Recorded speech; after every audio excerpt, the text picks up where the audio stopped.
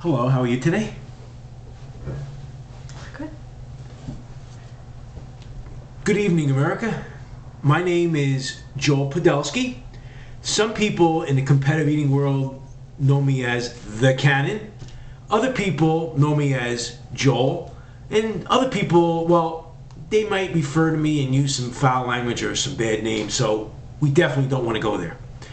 Anyway, I'm here today to have a question and an answer session on something very important today in America: overweight, obesity. In case you didn't know, 2/3 of the American population is either overweight or they're obese. Okay, the other 1/3 are people that are normal weight. They can have the God-gifted talent of not gaining weight. They could be someone that works hard to keep their weight off, or they could just be a lucky person being at the right place at the right time. Anyway, what I want to do today is just give people some ideas and some strategies, and if I can at least help someone and just maybe raise some eyebrows and maybe influence some people, I've accomplished my goal. If I feel that this is going to be something that more people want to know about, people send me questions and people really want to know about this, I will make sure that I'll produce some more videos. But I just want to be very general today. Okay, the first question, please. After being overweight most of your life, what motivated you to lose weight? Well, I'll tell you, it really hasn't been easy. I mean, I would say the main cog that really got me motivated was my health. I'm not getting any younger. I'm getting older. Health was the number one reason. But for someone to be motivated to lose weight, it may be many things. It may be one thing. There were some other things too. Number one, a friend of mine, a competitive eater, his name is Will Melinder, he told me about something called diet bet, where you lose weight and you bet and you get paid if you hit your goal. So what I did was, an organization called All Pro Eating got me involved in this thing called diet bet. I lost 18 pounds in a month, and that's what got me started. Also, beside Will Melinder, beside All Pro Eating, just my family motivated me. They just kept telling me that I got to lose weight. So it was just really, so many different things. But I would say a big part of it was my girlfriend Dana. Dana, she's got MS, and she's been battling MS for a long time. And I said to myself, geez, if Dana can battle MS, why can't I lose 100 pounds? Because if I can't lose 100 pounds and she's battling MS, I basically called myself a piece of garbage if I couldn't do this. So she really, really inspired me. Okay, Dana, please ask me the first question. So many of us struggle with weight. What approach helped you lose successfully 100 pounds? Well, to be successful in life, you got to have goals. If you want to be successful in sales, you got to have goals. No matter what you want to do, you have goals. And you don't want the goals to be crazy. You want it to be very simple. So my goals were very simple. I had daily goals, weekly goals, and monthly goals.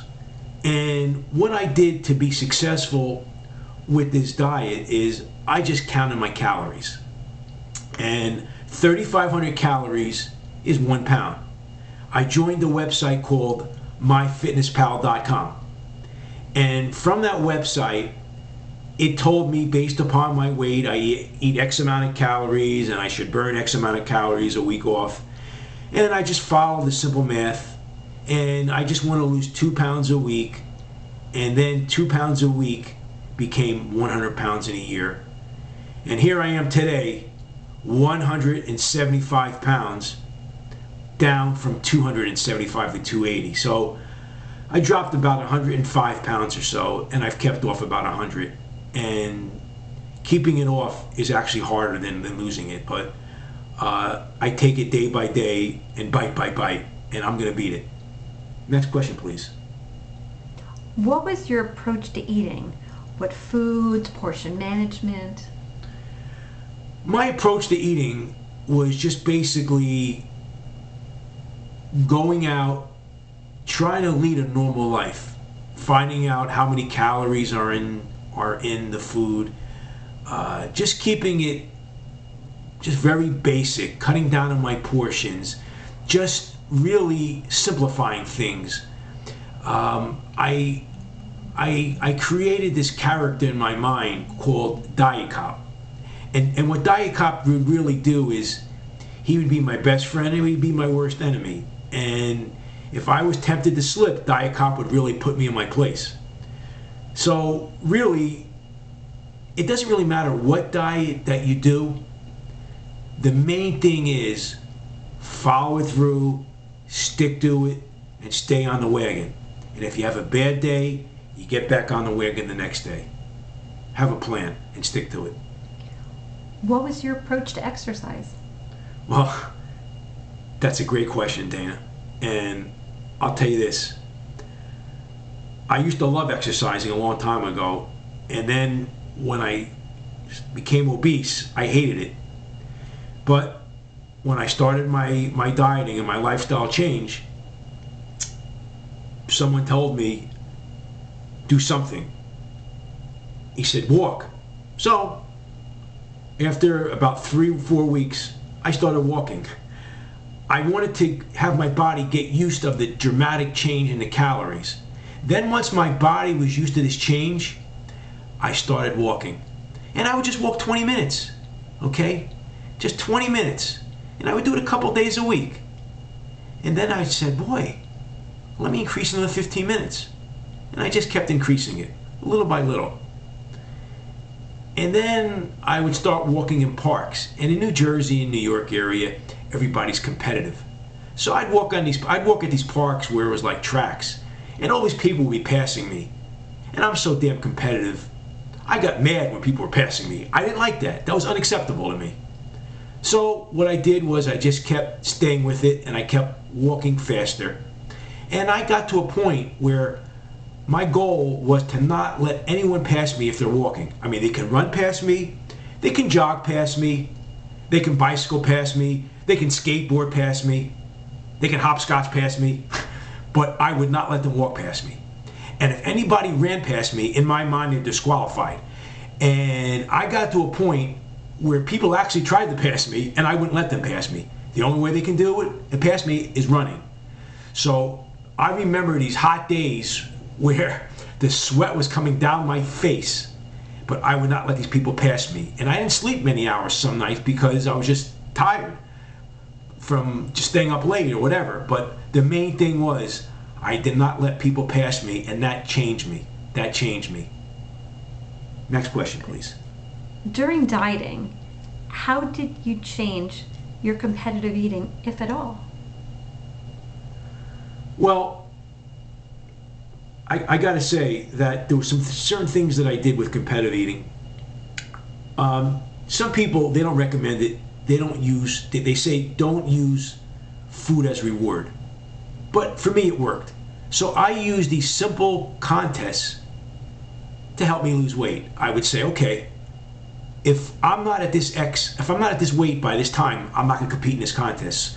So I got to lose weight so I can have some fun with food. So for me, it was rewarding myself with food.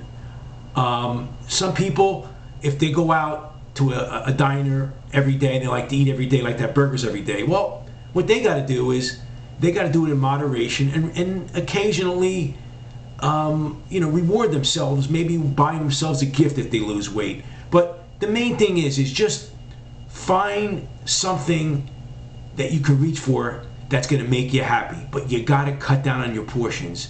You can't do these crazy surgeries, lap surgeries, and this surgery and that surgery and bypasses. You really have to be accountable and be responsible and look in the mirror and give it your all, put everything into it. And there's other factors. You got your life, but you got to stay with it. Lastly, what are your recommendations for those trying to lose weight?